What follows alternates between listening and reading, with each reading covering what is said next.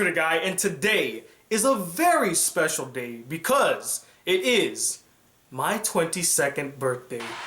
Yes, thank you. Thank you so much for the applause. Oh, you're too kind. And no, before you all ask, I will not be quoting lines from the song 22 by Taylor Swift. My favorite Taylor Swift song is Style. That's the only song I'll ever quote from Taylor Swift, but that is not applicable here. But not only is it a special day because it's my birthday, but also because I am about to review one of the most highly requested anime reviews from all of my subscribers, and I thought I couldn't have picked a better day to review Your Lie in April. And it's so perfect to review this anime because it is April right now. See guys, it all worked out in the end. Now, Your Lie in April follows Ari Makose, a piano prodigy, a true Einstein of the piano, who one day after the death of his mother begins suffering from this ailment that prevents him from playing the piano well, and so he decides to stop playing piano. But that all changes 2 years later when Kosei meets Kaori Miyazono, a vibrant and lively violinist who helps reignite Kosei's passion for playing the piano. Now, I've heard about Your Lie in April for months now. People would constantly ask and request me to watch and review the anime, stating that, oh man, all the feels in the anime, man. It hits you right here, man. You gotta go watch it. The feels, the feels. And so finally I'm like, you know what? When April comes around, I will watch this highly requested anime. And I picked my birthday, no less, to review the anime. And so I just finished it yesterday, and I gotta say, for the most part, I enjoyed this anime. Is it as great as people are saying it is? Not really, but it is a very serviceable drama anime. Now, one of the main selling points of this anime was its gorgeous animation by Studio A1 Pictures, and it definitely delivers. The animation looks serene and beautiful. Some of the best I've seen all year. And I have to say, not only was the animation good, but even the artwork. There are some scenes in the anime where it's just like still artwork and it looks amazing. It looks great. But where the animation truly excels is during the musical competitions or recitals, with the fluidity of the hand movements being oh so precise. Not to mention some solid character designs, with each character having their own unique look. But that's not to say that the animation was always good. There are moments here where they do use recycled animation, and they do have a few slip-ups now and again. I mean, how do you explain this? I mean, it looks like the animator had a stroke or something midway through making this scene and just couldn't finish the other eye. It looks ugly. But honestly, those are just little nitpicks because the animation overall is excellent. But the animation wasn't the only beauty to behold in this anime. There was also the music, which was fantastic and on point. I mean, you really can't go wrong with classical music. That is beauty in its essence, and I thought they did great renditions of many classical pieces. Now, I can't say in good conscience that the story in this anime is wholly original or unique, as I've seen elements in the story in other animes before. See all these for verification. But that's not to say that the story wasn't well told, which it was. It was very engaging, seeing Kosei trying to deal with his past trauma, with his abusive and demanding mother who put him through the ringer to become this great pianist, and also that ailment that stops him from playing the piano. It was just very interesting to see him deal with all these struggles and rise back up to the top and come back into the music world. And many of the backstories, while being cliche, were still very interesting, well told, and I really love that they went into detail about the past relationships and past lives of the characters that we know of now. My favorite backstory?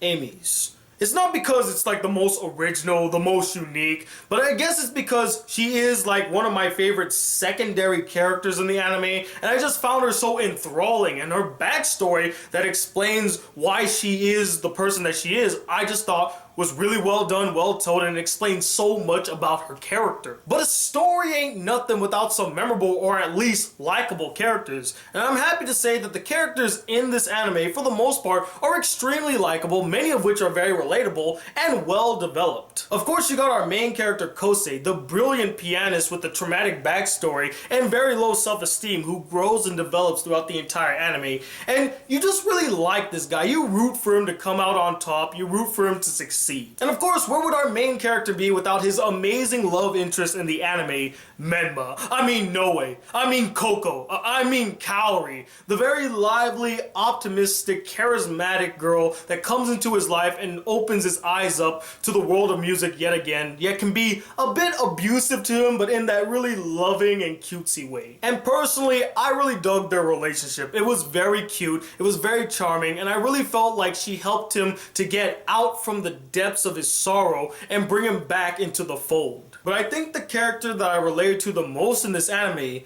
was Tsubaki, the longtime friend of Kosei who's been by his side through thick and thin, through good times and bad times, and is deeply in love with Kosei, but won't admit it to herself and won't admit it to Kosei.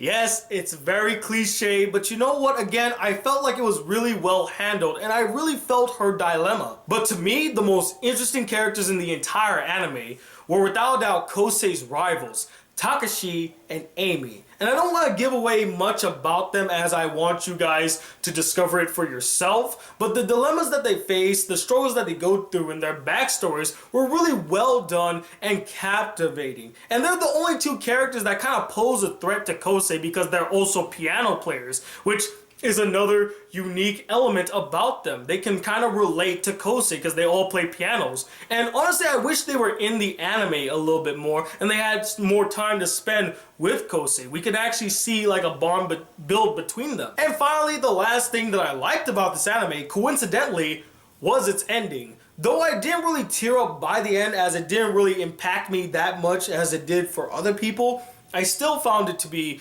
completely mesmerizing. From its beautiful music and animation to great character moments to the way that it all wraps up, I thought it was a fantastically well done ending to an anime. But even with all its beauty and wonderment, Your Lie in April does suffer from a few issues. And now I'm gonna take cover.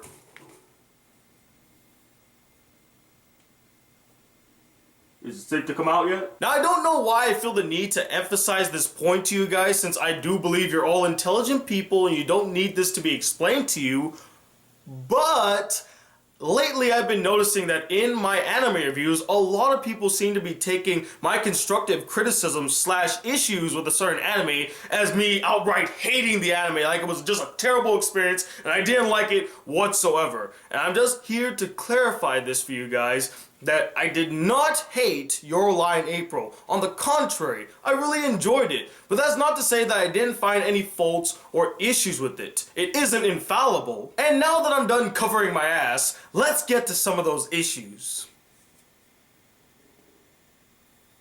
Now, as you all know, or will probably now know, I'm not a huge fan of melodrama in anime. I find it overbearing and extremely daunting. Sometimes I just can't stand the sight of melodrama and it turns me off to an anime.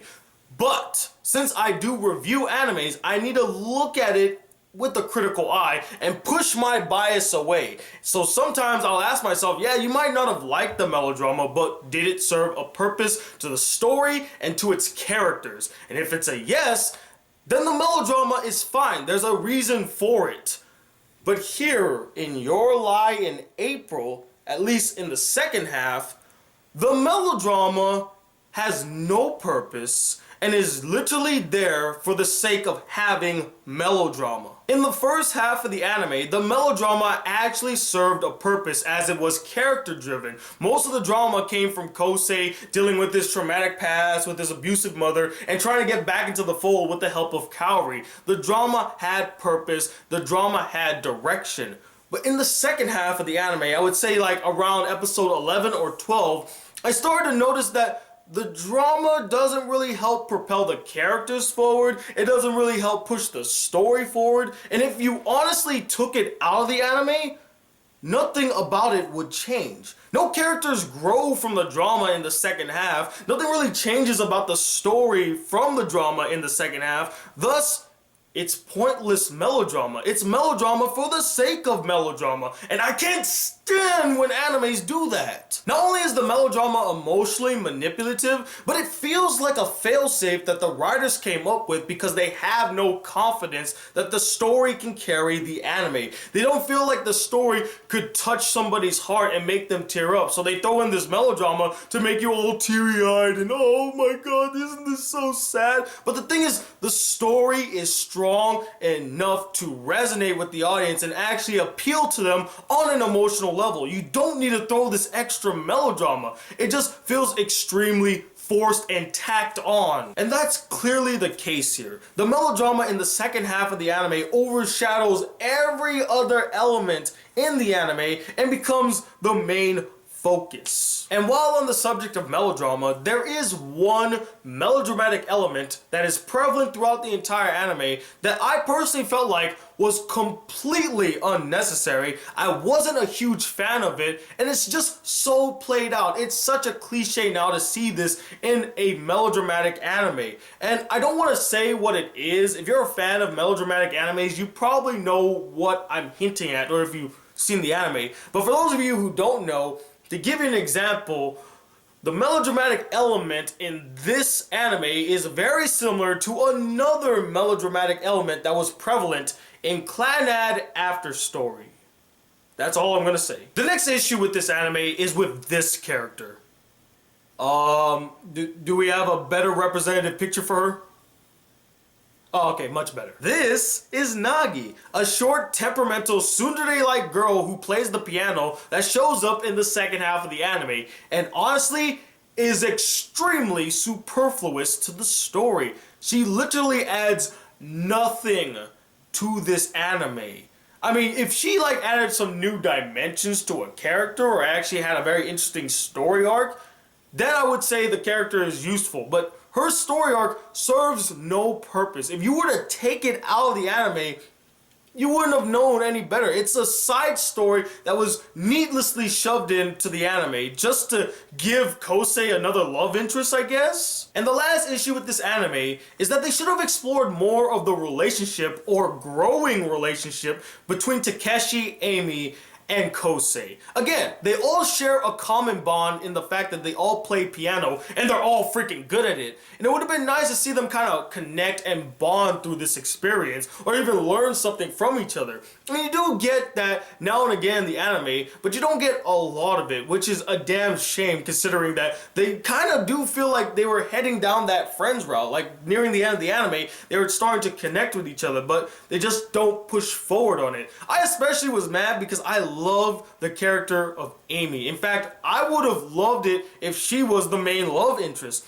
She's such an interesting and compelling character, and it would have been nice to see her bond more with Kosei. But again, that just might be a nitpick on my behalf because I really like the character, but I also could see it as a missed opportunity. They really could have developed a relationship between Amy and Kosei a little better in the anime. But even with all its faults and foibles and unnecessary melodrama, I still found myself enjoying Your Lie in April and found it to be a solid anime. And that's why I'm going to give it a 3.5 out of 5 stars. It's an enjoyable anime, and if you're a fan of melodramatic animes, drama animes, or music animes, I say give it a watch. But anyway, what did you guys think of this anime? Did you really enjoy it? Did you love it to death? Or did you find it really boring and mundane and way too overhyped? And let me know, what is a cliche in drama anime that you absolutely cannot stand?